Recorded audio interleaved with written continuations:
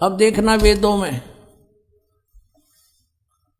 अब यही प्रमाण वेद बताते। कबीर साहब ने कहा था धर्मदास, ये वेद मेरा भेद है और मैं ना वेदन के माही, और जौन वेद से मैं मिलूं। ये वेद जानते नहीं, ये चारों वेद मेरी महिमा गा रहे हैं, लेकिन मुझे पाने की विधि इन चार वेदों में नहीं है। जौन से वेद से मैं मिलूं, सूक्ष्म वेद, तत्व ज्ञान, जैसे गीता जी अध्याय नंबर 4 के श्लोक नंबर 34 में कहा कि वो तत्व ज्ञान जो परमेश्वर ने स्वयं आकर बोला है। चौथे अध्याय के 32वें श्लोक में कहा, ब्रह्मणे मुखे ब्रह्म सच्चिदानंद घन ब्रह्म की वाणी में विस्तार से कहा गया है, वो तत्व ज्ञान है। उसको तत्वदर्शी संतों से समझो। तो वही वेदों में यजुर्वेद अध्याय नंबर 40 के श्लोक नंबर 10 से लेकर 13 तक स्पष्ट किया है कि कोई परमात्मा को उत्पन्न होने वाला बताता है कि वो साकार है रामकृष्ण रूप में, कोई निराकार बताता है वो जन्म लेता ही नहीं, कि क्लियर कंसेप्ट तो आपका तत्वदर्शी संत करेंगे, उनसे पूछो। तो वेद ज्ञान भी इनकम्प्लीट है, उसके पाने की विधि नहीं है, वो तत्वदर्शी संत तत्व ज्ञान से बताएगा। तो वो तत्व ज्ञान क्या बताया परमात्मा ने कि वेद मेरा भेद है,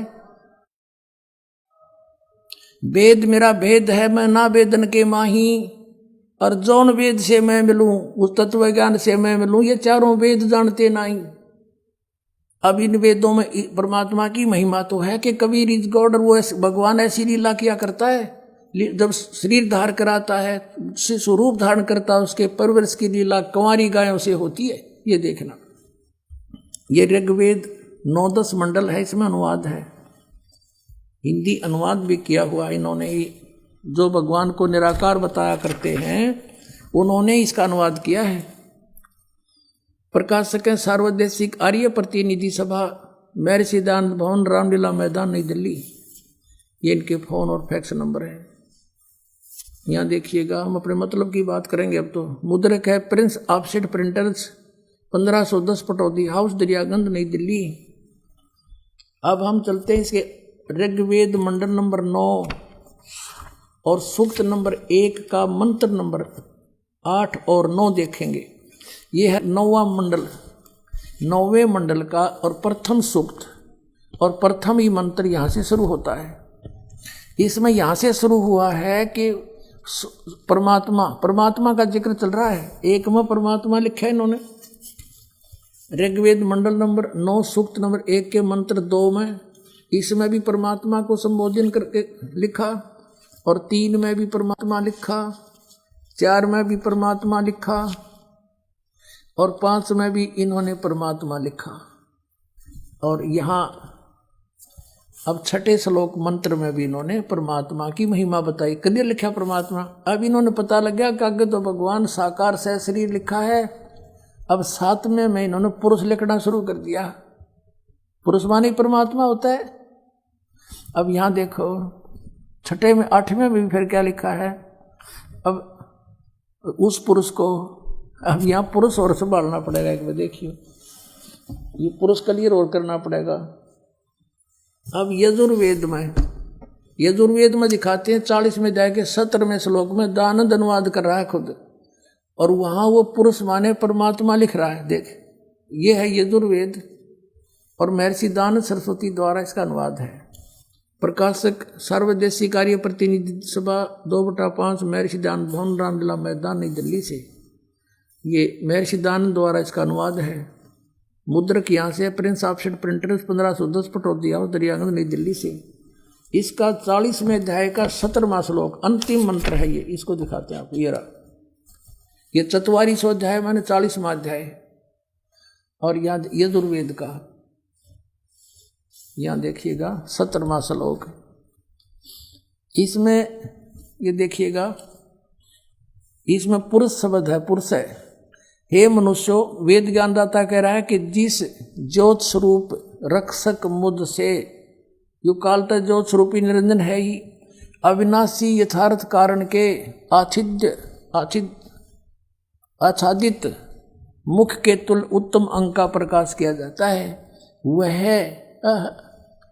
प्राण व सूर्य मंडल में पुरुष माने पूर्ण परमात्मा, अब पुरुष माने पूर्ण परमात्मा, वह तो गुप्त है, परोक्ष है। जैसे संसार रूपी वृक्ष की जड़ तो गुप्त रहती है, ऊपर सतलोक में, नीचे वृक्ष दिखाई देता है। अब पुरुष माने पूर्ण परमात्मा, बस इतना समझ लें।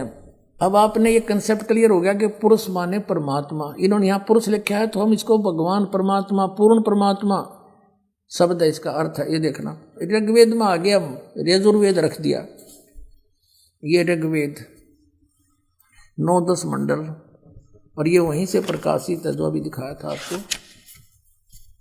ये सार्वदेशी कार्य प्रतिनिधि सभा, ये सारा वही है, ये वाला, ये ऋग्वेद है।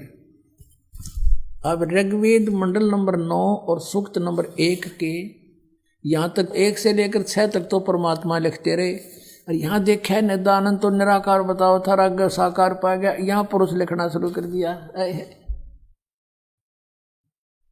यहाँ देखो अब 8वें में क्या लिखा है कि उस ऋग्वेद मंडल नंबर 9 सूक्त 1 मंत्र 8 में उस पुरुष को यानी उस पूर्ण परमात्मा को उग्र गतियां प्रेरणा करती हैं कि हाहाकार मच जाती है जो संसार में, तब वो परमात्मा आते हैं, प्रेरणा करती हैं। और भासमान शरीर को, सुंदर शरीर को वो परमात्मा, वो पुरुष प्राप्त होता है, वो पूर्ण परमात्मा प्राप्त होता है, यानी वो एक सुंदर शरीर धारण करता है। और देखो उसी का शेष भाग यहाँ पर है, ऋग्वेद मंडल नंबर 9 सूक्त मंत्र 1 मंत्र 8 का, और जिसमें 3 प्रकार से दूसरों का वारण यानी कल्याण करने वाला मधुमेह शरीर मिलता है। 3 प्रकार के शरीर में व्रत। आगे देखना, हम अपने मतलब की बात पर अब आए हैं। ऋग्वेद मंडल नंबर 9 सूक्त 1 मंत्र 9 में क्या कहा है कि उस सोम माने परमात्मा। इन्होंने तो देख, जहाँ पर इनकी बुद्धि बिगड़ी वहाँ इन्होंने अनुवाद अनर्थ करने शुरू कर दिए। सोम माने परमात्मा लिखना चाहिए था। ये देखो ऋग्वेद मंडल नंबर 9 और सूक्त नंबर 1 के मंत्र नंबर 1 में सोम माने ये सोम स्वभाव परमात्मन, यहाँ तो परमात्मा लिख दिया और यहाँ डंगा अड़ा दिया। ऋग्वेद मंडल नंबर 9 सूक्त नंबर 1 मंत्र नंबर 9 में क्या लिख दिया कि उस सोम स्वभाव वाले श्रद्धालु पुरुष को, इन्होंने सोचे पुरुष पारुष को आदमी के विषय में कह रखा होगा। सोम माने उस अमर पूर्ण परमात्मा को जो शिशुम, ये शिशुम शब्द है, जो शिशुम यानी शिशु रूप में जो प्रकट होता है। अभी अधन्या, अभी माने पूर्ण रूप से, अधन्या माने बिना दनाई, जिसको अभी अधन्या माने जाकी संग बैल नहीं लागा, यानी कंवारी बछिया, धेनो माने गौवे तृप्त करती है, यानी उस पूर्ण परमात्मा की जो शिशु रूप में प्रकट होता है, बालक रूप में प्रकट होता है, सब ओर से अहिंसनीय नहीं, अधन्या बिना दनाई। गौ को हम किसान परिवार में जन्म है, हम खूब समझते थे कि ये बिना दनाई गौ है, अधन्या है। तो और सभी अभी अधन्या कंवारी गायों से, गौओं से उसके परवरिश की लीला होती है। कंवारी गौवे उस परमात्मा को जो शिशु रूप में प्रकट होता है उसको तृप्त करती हैं, यानी परवरिश की लीला कंवारी गायों से होती है। ये वेद प्रमाण कर रहा है। अनंत कोट ब्रह्मांड का एक रति नहीं भारे, सतगुरु पुरुष कबीर हैं ये कुल के सिरजनहारे। बोलो सतगुरुदेव।